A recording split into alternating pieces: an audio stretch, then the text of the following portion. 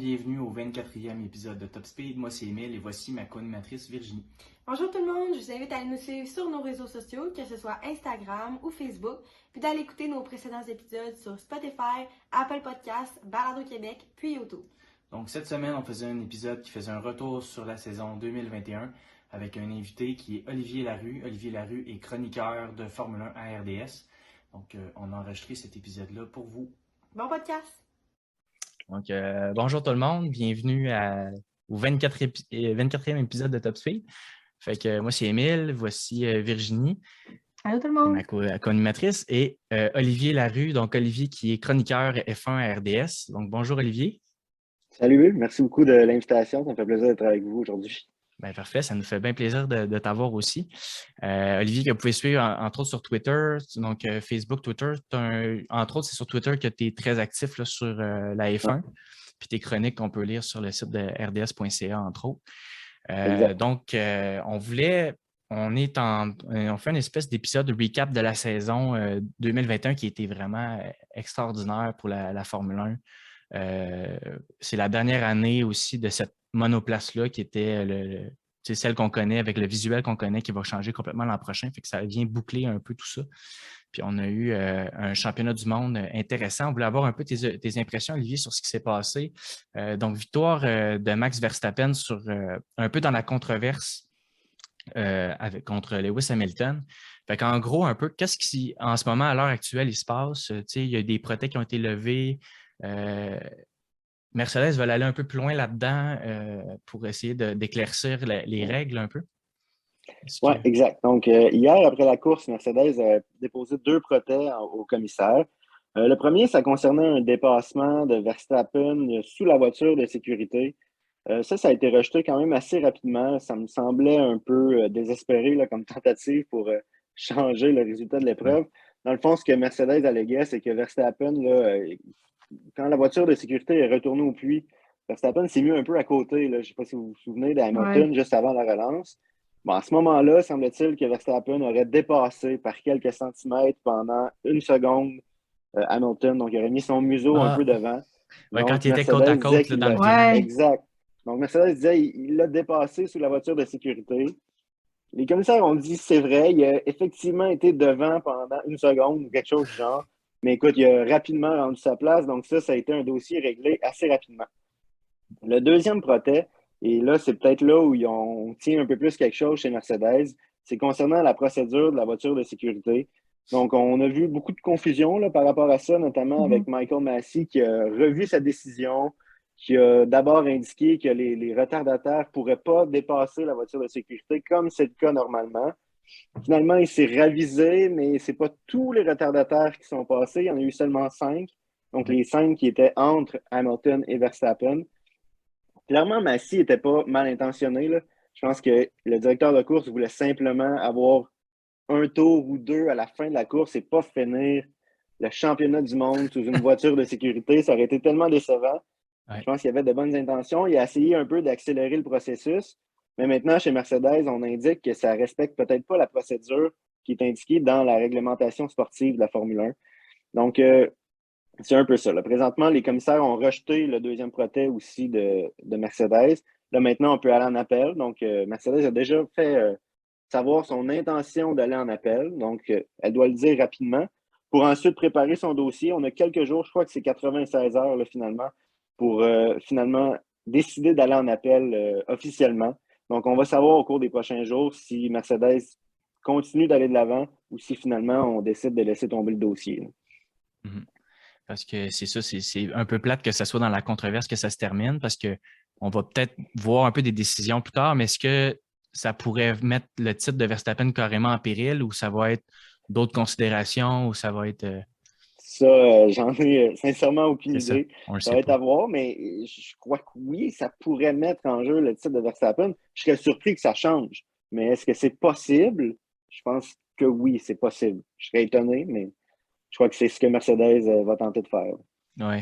Moi, j'ai vu, c'est ça, quand hier, j'avais lu ton tweet là, qui disait que la vitesse à laquelle on a ramassé les choses de Latifi, Ouais. là, ça donnait une bonne indication qu'on voulait repartir ça vite. Là. Ouais, je pense Mais, qu'il voulait vite enlever la voiture jaune pour que la voiture de sécurité pour le drapeau jaune, ouais, pour ouais, que c'est ça ça. se finisse sur un Sur tour au une moins. course, Là. ben, c'est ça, Ouais. C'est ça, que la exact. course. Mais cependant, quand on regarde la réglementation, on peut y lire, par exemple, qu'une fois que les retardataires dépassent la voiture de sécurité doit rentrer au puits à la fin du tour suivant. Donc, Ouais. ça n'a pas été fait hier. Ça a été, Mhm. la voiture de la sécurité est rentrée au puits dans le même tour qu'on a laissé passer les retardataires. Donc, ça, c'est peut-être un enjeu chez Mercedes parce que si c'est le tour suivant, ben, c'est le dernier tour sous la voiture de sécurité, puis la course se termine avec Hamilton en première place. Donc, Mhm. c'est un peu ça, là, c'est de voir est-ce qu'on a le droit de déroger un peu de cette procédure-là, puisqu'on voulait terminer la course sur un drapeau vert. Les commissaires ont notamment noté ça là, dans leur verdict. En fait, c'est Michael Massey devant les commissaires qui a dit écoutez, on a une entente entre les équipes que lorsque la course est sur le point de se terminer, on va tout faire pour la terminer sur le drapeau vert. Et ça, toutes les équipes se seraient entendues, du moins c'est ce que Massey a affirmé devant les commissaires pour ça. Donc, tu sais, il y a beaucoup de zones grises, il y a des choses qu'on ne sait pas. Donc, c'est vraiment pas facile à juger tout ça. C'est ça. Puis au moins, ça ne s'est pas fait dans un geste dangereux. Là. Ça n'a pas été un Non. Villeneuve-Schumacher ou Prost-Senna, là, dans des espèces de manœuvres qu'on doute d'un peu la légalité. Ça a été fait. C'est sûr que moi, mon point de vue, c'est que Hamilton, ben, Mercedes, en fait, ont pris pour acquis que tout allait bien se passer. Puis du côté de Red Mhm. Bull, ben, à chaque fois qu'on a eu l'occasion d'oser changer de pneus ou d'avoir une stratégie un peu plus agressive, on l'a fait, puis ça a été payant pour eux autres. Mais en tout cas, ça, on pourrait Mais en parler pendant plusieurs mois. c'était difficile pour Mercedes. C'est vraiment eux qui avaient le pari à faire plus que Red Bull qui Ouais, faisait un peu l'inverse de Mercedes. Là, une fois qu'on voit Latifi dans le mur, Mercedes doit se décider rapidement. Est-ce qu'on rentre au puits? Si c'est le cas, ben, Verstappen probablement ne serait pas rentré, ouais, serait resté en piste, aurait pris la première place. Et là, si on n'a pas le temps de relancer l'épreuve, ben, on a l'air vraiment niaiseux d'avoir laissé Verstappen prendre la tête. Ça. C'est c'est ça. vraiment pas une décision facile. Puis justement, si en plus on s'est fié à la procédure, parce que j'écoutais les communications radio entre Peter Bonington, le Bono, l'ingénieur de piste de Hamilton. Sur le coup, il disait écoute, Hamilton disait pourquoi on ne s'est pas arrêté. Il disait on veut garder le positionnement en piste. Là, on doit regrouper le peloton. Ensuite, les retardataires doivent passer. On ne croit pas que la course va recommencer. Donc, c'est vraiment ça le pari qu'on a fait chez Mercedes. Puis, on ne peut pas vraiment les blâmer pour ça, je pense, Non, parce que il y avait tout à perdre du côté de Mercedes. Red Bull était dans la bonne position où on allait tenter l'inverse, puis ça a été payant. c'est ça. Puis, tu sais, Hamilton, c'est le genre de pilote que moi, si j'avais à m'occuper de lui, puis qu'il me dit que ses pneus sont encore bons, écoute, on le laisse en piste. C'est un gars qui est Mhm. capable de faire des miracles avec rien. Puis, mais on a entendu justement la communication radio, Virginie, hein, quand il y a eu l'accident, la réaction d'Hamilton, ça a été un gros bip Hey. très long. Ah ouais, moi, Il disait, hey, je peux pas croire que tout allait bien pour lui, tout était parfait. Il connaissait une course sans en plus, faille, il avait de moi, la puissance. je venais de dire, imagine, il y a une crevaison. Imagine, il y a un accident, imagine qu'il y a bang, hey! Oh, j'étais là. On dirait que c'était placé pour que Max gagne, on dirait. Puis, tu sais, Non, sur les c'était réseaux sociaux, vraiment ça le parlait, pire ça disait scénario. c'était Netflix qui tire les ficelles en arrière de ça. Ah, Mais ça va être toute qu'une saison sur Netflix, là, ça va être ah ouais, l'enfer. j'ai hâte de voir vraiment. Il n'aura pas besoin de truquer les communications radio cette année, je pense, parce qu'il avait fait ça un peu dans le passé. Il avait pris des codes qui étaient à certains endroits puis ils les avaient déplacés pour ajouter du suspense dans certaines courses. Mais là, cette année, je pense qu'ils n'auront pas vraiment besoin. Non. Donc, c'est ça. Donc, une saison vraiment spectaculaire. Une saison de 22 courses. Là, fait qu'une saison qui était quand même longue, contrairement à la saison COVID qu'on avait eue l'année précédente. Oui, il y a eu le Grand Prix d'Australie. Il y a eu une coupe de Grand Prix en Chine aussi, au Japon, des courses qui ont été un peu déplacées, qu'on a on a changé d'endroit. Mais ça a été quoi vos meilleurs moments de l'année? On va commencer avec Olivier. C'était quoi, mettons, ton moment fort cette saison, là, vraiment F1? Ben, c'est sûr que la course au titre, c'est difficile de passer à côté. Là. Je pense que c'est une course au titre digne d'un film. Là. Je suis convaincu qu'on va avoir un film là-dessus un peu plus tard. Ça faisait longtemps qu'on attendait cette course au titre-là qui se décide jusqu'à la toute fin.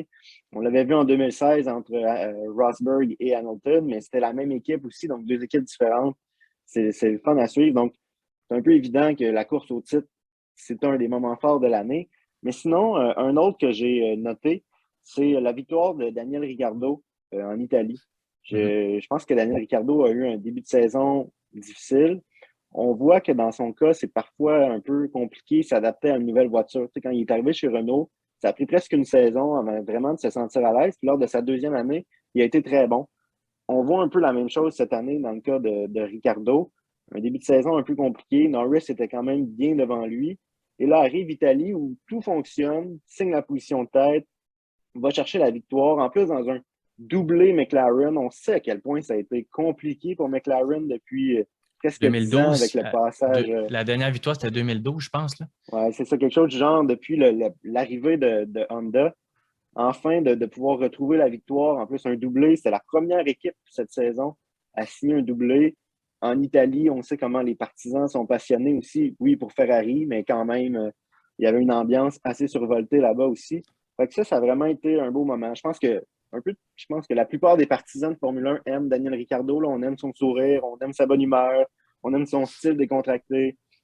Donc, de le voir justement sourire là, après une victoire, malgré une saison un peu compliquée, c'est vraiment été un beau moment, je pense. Puis on aime ça aussi voir quelques pilotes différents gagner des courses aussi à l'occasion, des courses comme ça où on ne peut pas prédire le vainqueur. Donc, vraiment une belle course pour Daniel Ricciardo en Italie. C'est ça, parce que moi, on va venir à mon moment à moi. Quand on parle de nouveau vainqueur, ben moi, c'était Esteban Ocon qui était sa première victoire en carrière en Hongrie. Dans une course chaotique, là, il y a eu un accident dès le départ. Bottas qui a un peu fait la boule de quille dans certains pilotes, dont Lando Norris qui avait connu des bons moments, un bon départ.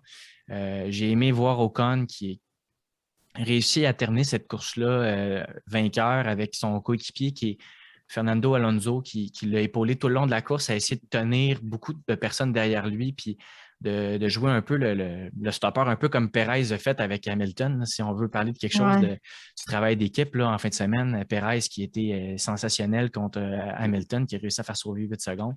Ben, on a vu Alonso faire ça.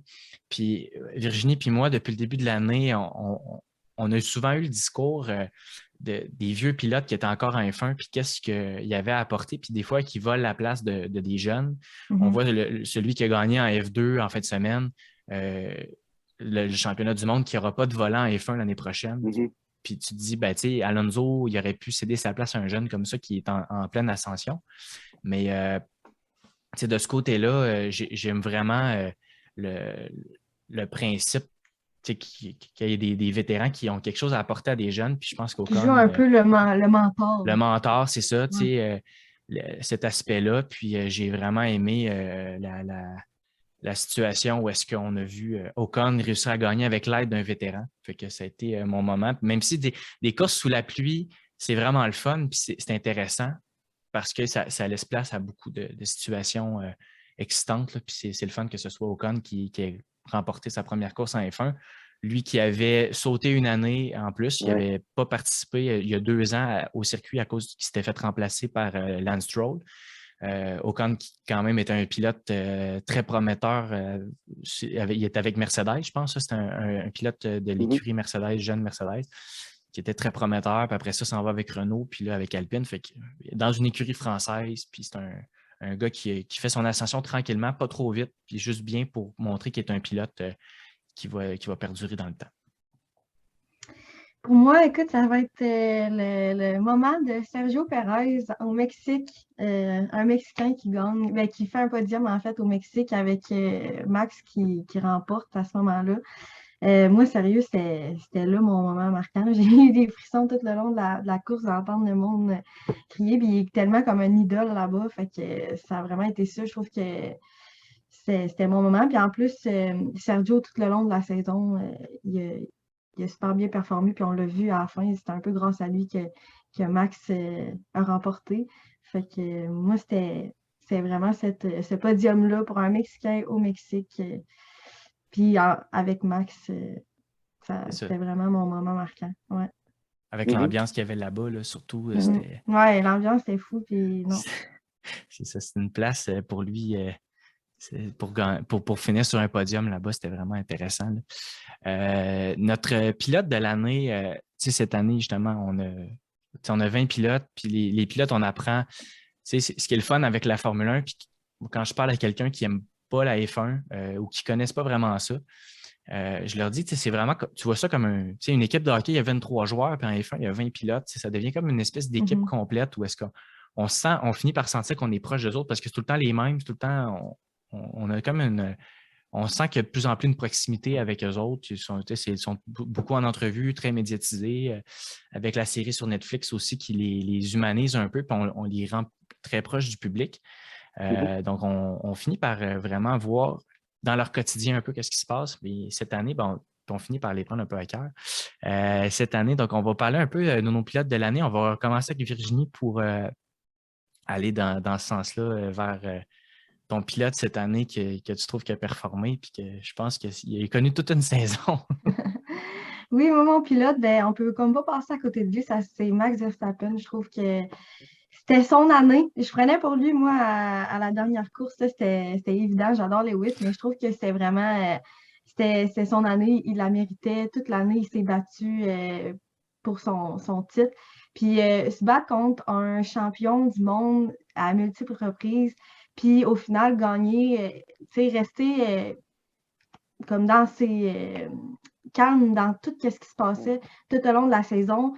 C'est pas rien là, de se battre contre Lewis Hamilton. Tu sais que lui, la pression, il l'a déjà vécu. Il a remporté des titres, puis se battre contre son coéquipier ou contre d'autres pilotes pour le titre, il l'a déjà fait. Fait que moi, je trouve que vraiment Max qui a fait vraiment preuve de maturité cette année, contrairement à d'autres années qu'on le voyait vraiment plus réagir comme avec ses émotions, réagir sur le moment. Là, je trouve qu'il a tout le temps resté calme, puis même dans le moment le plus stressant probablement de sa vie, le fait ça se joue en une course pour son titre de champion du monde, c'est un tout ou rien. Ben, je trouve qu'il a quand même fait preuve de maturité, il a resté calme là-dedans. Toutes ses victoires, tous ses podiums, je trouve que c'était mérité. Cette année, pour moi, il a été A1 sur toute la ligne. Il méritait parce que je pense que l'année prochaine, on va peut-être en reparler un peu, mais on en a parlé dans les épisodes précédents, mais avec le changement de moteur pour Red Bull, je ne sais comme pas que ça va donner pour Max l'année prochaine. Fait que je me dis c'est peut-être là que Lewis va reprendre son record, dans le fond, mais pour cette année, là, c'était mon pilote, puis ça s'est fini comme je le souhaitais, mais il y en a plein d'autres qui ne souhaitaient pas ça, j'imagine, là, mais c'est ça. Fait que Max, pour moi, c'est mon pilote de l'année, de la saison. Sans se dénaturer en tant que pilote, il est agressif. Là. Exact, il on a le nomme fait le une couple lion, de c'est pas gestes pour rien, au Brésil, en Arabie Saoudite. Il a fait des gestes, des fois, tu fais c'était à la limite, des fois, de. Mais sauf qu'il les a faites au bon moment, puis il a terminé le plus possible les courses parce que l'année passée, je pense qu'il y a 5 courses qu'il n'a pas fini, puis là-dedans, il y en avait 3 que tu te dis, 3 moments, ce que tu te dis. À ce moment-là, il ne fallait pas qu'il fasse ça pendant tout. C'était pas de la malchance, c'était vraiment des prises de. Je ne sais pas, là, mais c'est sûr que c'est un gars qui a un talent exceptionnel, puis qu'en étant de plus en plus mature, il va vraiment trouver sa place et être capable d'être constant parce que je regardais des statistiques sur Lewis, là, il a gagné à chaque année au moins une course. Il a été le plus de courses terminées consécutives, le plus. C'est toutes sortes de choses qui font que Lewis, même sans gagner, il va toujours aller faire des choses, puis il va toujours finir les courses, il va toujours trouver le moyen d'être d'une constance incroyable. Puis c'est ça que Max, il va falloir qu'il trouve au courant des prochaines années pour être considéré comme un grand champion. Entre autres, c'est sûr. Il a vraiment évolué, c'est ça, depuis les dernières années. Je trouve que c'est ça qui a fait que cette année, il mérite la victoire puis qu'il l'a gagné. C'est que le gap qui s'est passé entre les autres années où il était plus. Il était. Dans le fond, il est autant agressif selon moi, mais il est agressif d'une façon différente. Là. Maintenant, il est plus en contrôle de ses émotions. Il est plus on dirait qu'il connaît plus sa voiture. Il a de l'air juste d'être plus mature dans tout ce qu'il fait. Fait que je trouve que c'est là le gap avec les années précédentes qui fait qu'il se démarque puis que cette année, c'était son année. Mais... Je pense que vous soulevez vraiment de bons points. C'est vraiment une maturité. Puis ce que je remarque, moi, cette année, c'est, tu sais, avant, Max Verstappen voulait toujours être le plus rapide à partir de la première séance d'essai libre. Puis on l'a vu des fois se mettre dans le mur, par exemple, à Monaco, une fois, lors de la 3e séance d'essai libre. Puis ça a compliqué les choses pour la qualification par la suite. Cette année, il est aussi agressif. Il n'a pas changé son style de pilotage et on ne veut surtout pas qu'il le change. Mais j'ai l'impression qu'il comprend un peu plus comment on fait pour gagner un championnat. Que parfois, une 2e place, c'est parfait. Que tu n'as pas besoin d'être le plus rapide lors de la 2e séance d'essai libre. Je pense qu'il est maintenant plus conscient de tout ça. Puis ça a changé. Tu sais, on parle de son agressivité. C'est vrai qu'il y a eu quelques moments où il a été agressif cette année, mais c'est toujours avec Hamilton. Tu sais, les images qu'on a de lui, c'est toujours avec Lewis parce qu'il sait qu'il y avait une lutte au championnat avec lui. Mais quand il devait dépasser d'autres pilotes, souvent on le voyait un peu plus patient, on voyait mieux calculer ses tentatives et pas prendre de risques inutiles qui n'allaient pas lui être payants pour la suite du championnat.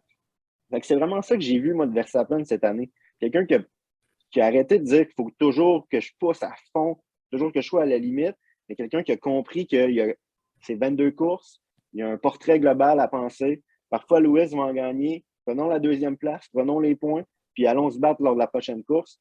Ça, je pense que ça a fait la différence sur le long de la saison. C'est ça qui lui a permis d'arriver à Abu Dhabi encore en lutte pour le titre. Puis parlant d'un autre pilote, effectivement, puis parlant d'un autre pilote qui s'est beaucoup amélioré, Olivier, ton pilote toi, cette année, qui est un pilote qui s'est vraiment qui a évolué énormément là, dans sa carrière, puis qui a eu des hauts et des bas, puis de le voir comme ça, c'est vraiment impressionnant. Ouais, moi, j'aime beaucoup ce que je vois de Pierre Gasly. Tu le dis, puis c'est un excellent point. Ça n'a pas toujours été facile pour Pierre Gasly. Puis parfois, chez Red Bull, on traite certains jeunes pilotes un peu cavalièrement. Pas que c'est mal. Je pense que Red Bull, c'est une écurie qui est là pour gagner, puis c'est correct. Puis on a une autre écurie avec AlphaTauri qui est là pour développer les jeunes. Ben, c'est normal que chez Red Bull, on ne veut pas jouer à l'école, puis on veut des résultats. Mais parfois, on amène ces jeunes-là un peu rapidement, puis là, on leur demande des résultats, donc ils sont peut-être pas prêts à donner. T'sais. Fait que avec Pierre Gasly, ça a été le cas. Ça a été vraiment difficile chez Red Bull. Puis ça peut être difficile pour la confiance d'un pilote, pour la suite des choses. Daniel Kvyat, on l'a revu en F1 par la suite, mais on n'a jamais vu pleinement son potentiel. J'ai eu peur que ça fasse quelque chose de genre avec Pierre Gasly. Mais là, chez AlphaTauri, depuis l'an dernier, puis ça s'est continué cette année, c'est vraiment impressionnant de voir ses résultats. Et ce que je trouve absolument impressionnant, c'est ses résultats en qualification. Tu sais, l'AlphaTauri, c'est pas la troisième meilleure voiture du plateau. Là. On s'entend là-dessus. Il y a bien sûr la Mercedes, la Red Bull. Je pense que les Ferrari et McLaren sont aussi devant AlphaTauri. Donc, vous avez 8 pilotes qui, en théorie, là, sur papier, devraient se qualifier devant lui. Pourtant, Pierre Gasly, cette année, c'est 16 top 6 en 22 courses en qualification. C'est incroyable. Là. J'avais fait le calcul, je vais retrouver les statistiques que j'avais faites. C'était avant le Grand Prix du Brésil. Donc, après 18 des 22 Grands Prix. Ça, parce qu'il y a un article, c'est ça que tu as fait un article sur lui sur RDS. Je l'ai ici. À ce moment-là, il y avait 13 top 6. Puis si on regarde les autres, là, à titre comparatif, Carlos Sainz, Charles Leclerc sur Ferrari, à ce moment-là, c'était 9 fois chacun. Donc, déjà, Gasly était loin devant. Norris aussi, qui a eu quand même une bonne saison, c'était 8 fois. Donc, à ce moment-là, Gasly, c'était 13, puis il a continué à le faire 3 autres fois lors des 4 dernières courses. Je trouve ça vraiment impressionnant. Puis, tu sais, au classement des pilotes, il a terminé au 9e rang, si je ne me trompe pas. Oui, voilà, avec 110 points. Yuki Tsunoda, évidemment, c'est une recrue. Là. On s'entend qu'on ne pouvait pas avoir les mêmes standards du côté de ces deux pilotes-là. Mais quand même, Tsunoda a récolté 32 points. Donc, la différence est énorme entre les deux. C'est ça. Ça, on en parle souvent. Ouais, maintenant, j'ai vraiment hâte de voir Gasly au sein d'une écurie qui peut se battre pour le championnat. Ou une écurie qui a des objectifs plus élevés qu'une écurie sœur pour Red Bull. Parce que je pense pas que Gasly va retourner un jour chez Red Bull. Je pense que sa période est passée, puis je pense que ça serait pas bon pour lui, personnellement, en tout cas, d'y retourner. Donc, j'ai hâte de le voir au sein d'une autre écurie, d'une écurie où il va pleinement pouvoir démontrer son potentiel. Je pense qu'il est rendu là, je pense qu'il le mérite. Puis, ce sera à lui, à ce moment-là, de prouver que son passage chez Red Bull, c'est une erreur de parcours. S'il se retrouve avec une meilleure équipe, il y aura encore un peu plus de pression. Et là, il devra prouver qu'il est devenu plus mature, qu'il est prêt à prendre cette pression-là. Puis là, on pourra vraiment juger ce qu'il vaut en tant que pilote. Mm-hmm. C'est ça, quand tu parlais de la différence entre lui et Tsunoda, Virginie et moi, on en parle souvent de la proximité entre deux pilotes, autant dans une course qu'au championnat des pilotes. Quand tu es capable de voir que les deux sont un à côté de l'autre, puis on l'a vu cette année beaucoup avec les Ferrari. Sainz et Leclerc se sont vraiment fait une belle bataille. Moi, mon pilote cette année, ça a été Carlos Sainz parce qu'on l'a amené avec une nouvelle écurie. Il performait de mieux en mieux dans sa carrière. C'est un gars qui tranquillement, mais sûrement, il fait sa place en F1. Cette année, il y a eu une saison, je trouve que c'est celui qui s'est le mieux adapté à sa nouvelle écurie. Puis il est arrivé avec Ferrari qui venait de connaître une saison très difficile. Il y avait, entre parenthèses, un espèce de scandale en 2019. Après ça, la saison suivante, on a une saison complètement catastrophique chez Ferrari.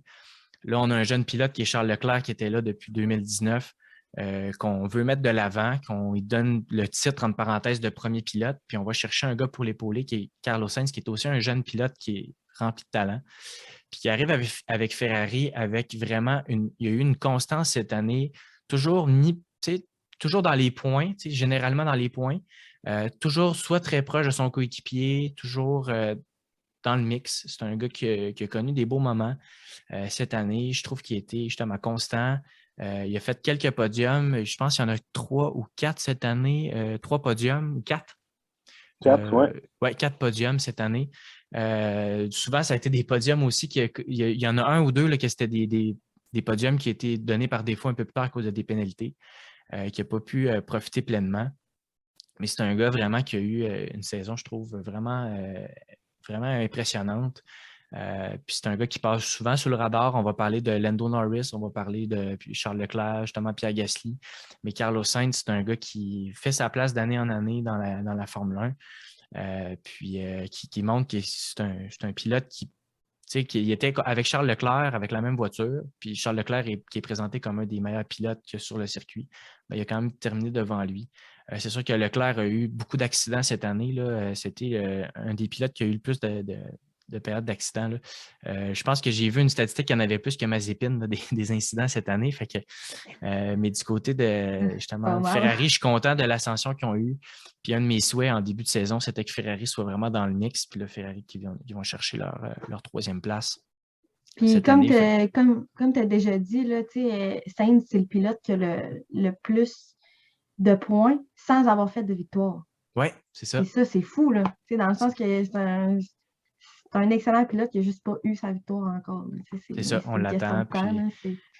Exactement. Fait on attend justement Sainz l'an prochain avec encore une fois avec Ferrari, puis il va être rendu à l'aise dans sa position, puis il va avoir un défi qui va être un peu plus défini là, dans sa position en tant que pilote chez Ferrari. Ça va être intéressant de voir comment Ferrari va gérer ça aussi. Parce que Ferrari, c'est une écurie qui, historiquement, a toujours un numéro 1 bien défini et un numéro 2. Je pense qu'on croyait que Charles Leclerc, on le croit encore, ceci dit, là, mais que Charles Leclerc va être celui qui va mener Ferrari vers peut-être des championnats à l'avenir. Je pense que c'est encore le cas. Là. On ne veut pas être trop dur envers Charles Leclerc, mais de voir Sainz terminer devant lui au classement cette année, s'il peut continuer comme ça l'an prochain, ça va être intéressant de voir si Ferrari va jouer cette carte-là, d'y aller avec les 2 pilotes, puis comment on va gérer ça au sein de l'écurie. J'ai hâte de voir ça, mais c'est vraiment un duo de pilotes intéressant. Je pense que Ferrari veut retourner au sommet là, de l'an prochain en profitant un peu des changements techniques. Je pense qu'ils ont un duo de pilotes très solide pour le faire, puis j'ai vraiment hâte de voir la suite parmi les rouges. C'est ça. Je sens que Ferrari, McLaren, là, les deux, ils ont des bons pilotes, puis les deux, ça va chauffer. Là, j'ai l'impression que. C'est ça. Si Ricciardo tient sa tendance d'être encore meilleur la 2e année. Lui aussi, tu sais, j'ai vraiment hâte de voir parce que là, tu vas avoir Russell qui va arriver avec McLaren. Avec Mercedes, ça fait. Moi, avec Mercedes l'an prochain, qui lui aussi, là, la définition de premier pilote, 2e pilote, c'est sûr que ça va toujours être Hamilton le premier. Mais ça va amener une compétition différente. Ça va être c'est un jeune qui veut faire sa place. Là. Hamilton, il a toujours eu comme un vétéran pilote, disons, avec lui dans ses bonnes années. Fait que là, de voir un jeune arriver qui rempli de talent, selon ce qu'on nous dit, puis on l'a vu cette année, ça en aurait été un qu'on aurait pu dire pilote de l'année qui faisait des Q3 avec sérieusement presque un... C'est fou, là. Il se qualifiait presque une poubelle sur roue, là. C'est vraiment impressionnant. Oui. Puis lui aussi, c'en est un qui s'améliore du côté. C'est un gars, on l'a vu en début d'année, aller donner un coup sur la tête de Bottas. Là, en termes d'émotions, c'est un gars aussi qui en a qui a de la misère peut-être à gérer ses émotions à certains points. Mais ça, c'est des choses qu'avec Mercedes, il va falloir qu'il apprenne, qu'il ne faut pas qu'il a appris, je pense, à faire au courant de l'année. Notre déception cette année, Olivier, un moment qui t'a déçu ou quelque chose. C'est difficile, j'ai trouvé une déception cette année parce que la saison a tellement été bonne. je vais commencer par corriger une petite faute que j'ai faite tantôt. J'ai dit que Ricardo avait eu la position de tête en Italie. C'était pas le cas, mais il a pris la tête très, très rapidement au départ.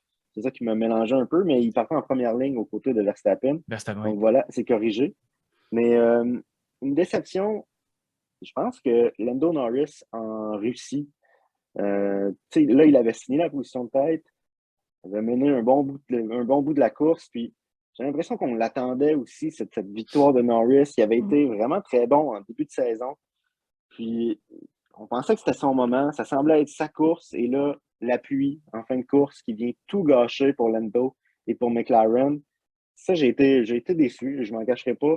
J'aurais vraiment aimé voir ce jeune pilote-là aller chercher sa première victoire. Puis ça a été comme compliqué pour McLaren puis pour Lando à la suite de ce résultat-là. Je recherche ces résultats. Je crois qu'il n'y a pas de top 5 après le Grand Prix de Russie.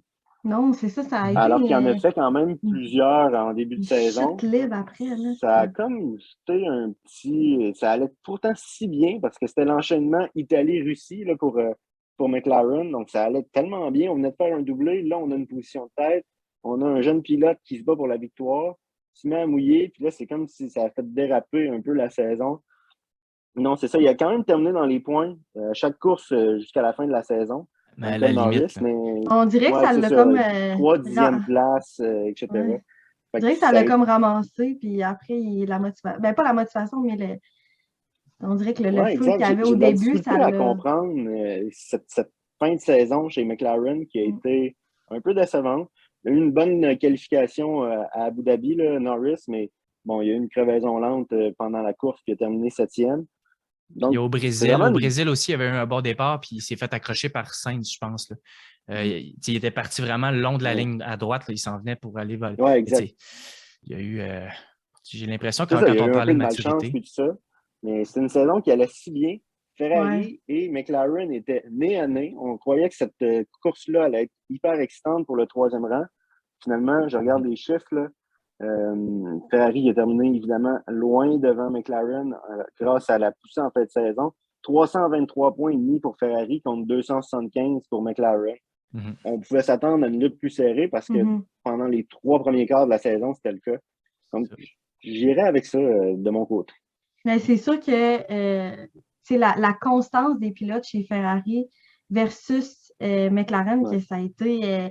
Le fait que Sainz s'adapte super rapidement à la voiture Ferrari, tandis que Ricciardo, ça y a pris des courses avant qu'il s'adapte, puis que justement Lando, ça parte en flèche, qui parte mieux que Leclerc puis Sainz, mais que ça finit pire que pire. Puis Ricciardo, lui, qui fait une victoire, mais que le reste du temps, c'était bof. Fait que, tu sais, moi, au début, je m'attendais à ce que ça soit McLaren qui l'emporte à cause que je me suis dit, Ricciardo, ça va débloquer puis il va aller rejoindre Lando en haut. Mais finalement, non, ça a été vraiment la constance des pilotes chez Ferrari qui a fait en sorte que, bon, tu sais, ils sont tout à 5-6, 4-5 ou 7-8, puis ils ne se démarquent pas tant que ça, mais au final, le crime, c'est ça qui a fait que. Ils ont fait leur petit chemin tout le long, avec constance, justement. Ouais, c'est un très bon point. Moi, je vais y aller avec mon moment décevant de la saison. Ça a été à Monaco. Charles Leclerc vient de Monaco. Il y a toujours eu de la difficulté à Monaco. Et là, cette journée-là, on dirait que c'était sa journée à lui. Il volait sur la piste en qualification, avait la position de tête en Q3. Puis à son dernier tour, il me semble que c'était officiel qu'il l'avait parce que les autres étaient déjà rentrés. Puis il est sorti de la dernière chicane avant l'épingle pour rentrer à la ligne, la dernière ligne. Puis il est rentré dans le mur. Ça l'a brisé sa boîte de vitesse. Fait que ça fait en sorte qu'il n'a pas pu participer à la course ou qu'il y a eu une pénalité. Mais il me semble qu'en tout cas, là, mais je me souviens qu'il y a eu cet accident-là qui a fait en sorte qu'il n'a pas pu avoir sa pole position à Monaco. C'était un gros moment. Les Ferrari ont été très bonnes. Sainz a fini 2e à Monaco. Là. Puis c'était pendant un bout où est-ce que les Ferrari en circuit urbain ont été vraiment bonnes de cette portion-là de la saison. Fait que c'était comme un moment où est-ce que Charles pouvait aller chercher une victoire à Monaco puis avoir un peu la rédemption de sa malchance qu'il avait ou des contre-performances qu'il a toujours eues chez lui sur sa piste. Fait que ça a été une déception pour moi parce que ça aurait pu tellement être le plus beau moment pour moi de cette année-là. Quelqu'un qui gagne chez eux, comme un peu Perez qui va rechercher le podium à domicile, c'est vraiment intéressant. Mais ça a été ce moment-là qui a été pour moi qui a été décevant. Puis que c'est un accident, ça arrive, là, mais c'était comme un peu. C'est triste ce qui s'est passé, puis ça va juste dire à l'année prochaine. Là. Moi aussi, je m'attends à une grosse saison de Ferrari l'an prochain, mais du côté ça m'a vraiment déçu à ce moment-là. Ouais, exact. Chez Ferrari, on n'avait pas comme trouvé le problème. On avait examiné la boîte de vitesse. On s'était dit que c'était correct. Il avait gardé sa position de tête. C'est lors des tours de mise en grille qu'immédiatement, il s'est rendu compte que quelque chose ne marchait pas. Là. Donc, tu sais, ça aussi, là, c'est un peu dommage en plus quand on prend le temps de tout vérifier sur la voiture. On dit OK, c'est beau, tu restes en position de tête, tu vas partir premier. Et finalement, c'est quelques minutes avant le départ que tu vois que la voiture ne fonctionne pas. Je pense que ça ajoute encore plus à cette déception-là. Moi, c'est pas un moment précis, c'est plus en général, là, c'est l'écurie Aston Martin. On sait l'année passée, c'était Racing Point, puis dans le fond, ça a complètement changé pour Aston Martin. Il y avait tellement eu une bonne année l'année passée, Racing Point, puis là, ça commence en force chez Aston Martin ils sortent la voiture super belle, tout le monde capote, la couleur était folle, on se dit crime, OK, ils sont en force et tout, on va avoir une bonne saison, puis finalement, une course, 2 courses, 3 courses, ça donne pas les bons résultats. Pourtant, Vettel, un vétéran qui est champion du monde. Stroll, que je trouve qu'il s'est super amélioré dans les dernières années, qui mérite vraiment sa place en F1. Au début, il a rentré un peu en prenant la place de certains, un peu à cause de son père, mais finalement, là, je trouve qu'il mérite sa place. Puis on dirait qu'Aston Martin, je m'attendais à ce qu'à un moment donné, dans la saison, ça débloque pendant 22 courses. Je me suis dit, au moins, il va en avoir une que il va se passer quelque chose. Il y a eu Vettel qui a fait un podium à un moment donné. À Bakou. Mais à part ça, je sais pas, j'ai été déçue dans les qualifications, j'ai été déçue dans les courses. Je me disais, je peux comprendre que bon, c'est comme une nouvelle écurie, ça prend un moment d'adaptation, mais là, je me disais, 22 courses, même à la fin, t'es pas sa coche encore. Là, je me dis, on dirait qu'il n'y a rien qui a avancé dans l'année. Je me dis, l'année prochaine, moi, je m'attendais à ce que ça évolue un peu au courant de l'année. Puis on parlait tantôt de AlphaTauri, on parlait de comme qui était comme parmi les comme 8e pilote, là, Pierre Gasly.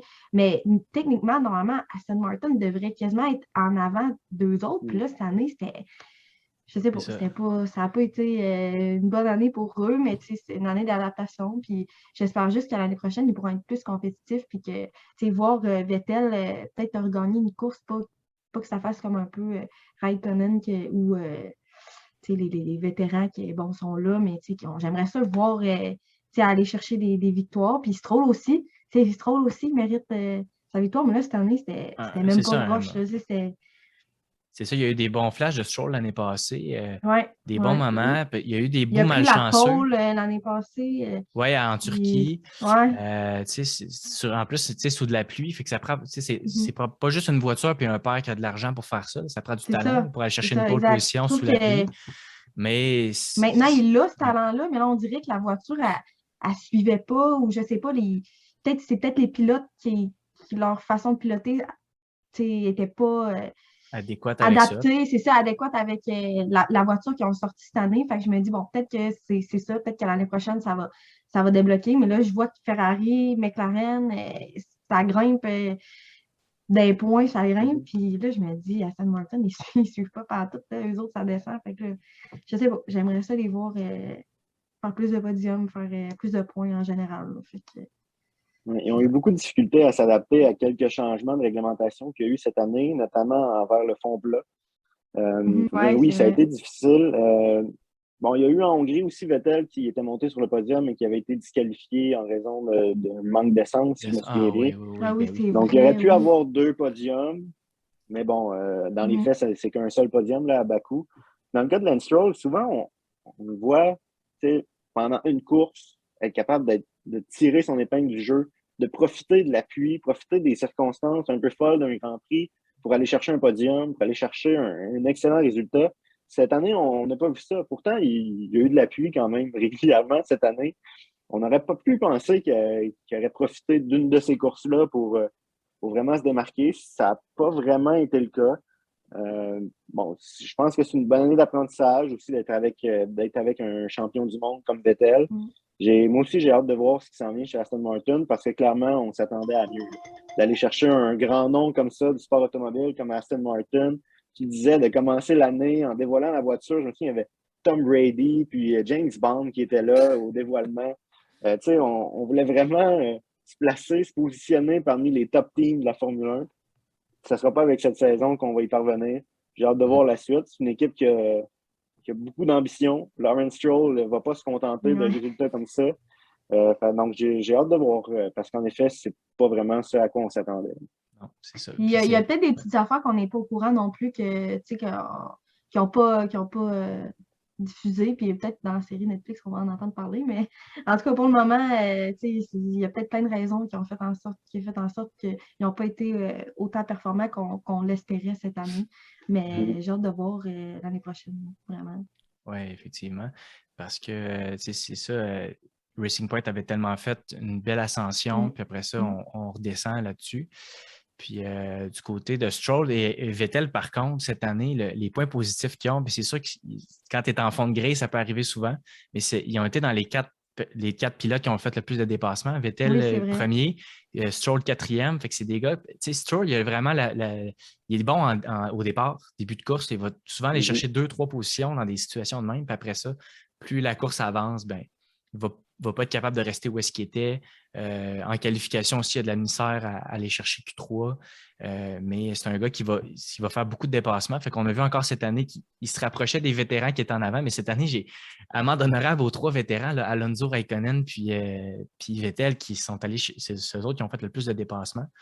Fait que ça a vraiment été cool de voir qu'eux autres, là, c'est le pilotage puis les dépassements, ils n'ont pas peur de ça. Puis ils ont su tirer leur épingle du jeu. J'espère que Vettel va recevoir son million de Jelly Beans. Là. Je ne sais pas si vous avez entendu la communication radio à la fin du Grand Prix, mais il demandait à son ingénieur qu'est-ce qu'il gagnait avec le titre du pilote qui a le plus de dépassements. Puis Vettel a suggéré 1 million de Jelly Beans. Donc, j'y souhaite. Ah, c'est vraiment cool. Fait que on va terminer ça comme ça. Merci beaucoup, Olivier, de t'être joint à nous pour le podcast. C'était un plaisir. On va continuer à discuter ensemble puis de voir au courant de notre prochaine saison si on pourrait se reparler à quelques moments pendant l'année. Fait que je te remercie beaucoup. Merci à tout le monde de nous avoir écoutés. Merci Virginie, puis on se revoit bientôt dans un autre épisode. Merci. Donc, c'est tout pour l'épisode de cette semaine. On espère que vous avez apprécié. Puis on vous invite à aller nous suivre sur nos réseaux sociaux, Instagram, puis Facebook, et aussi à aller suivre Olivier Larue sur Twitter. Merci.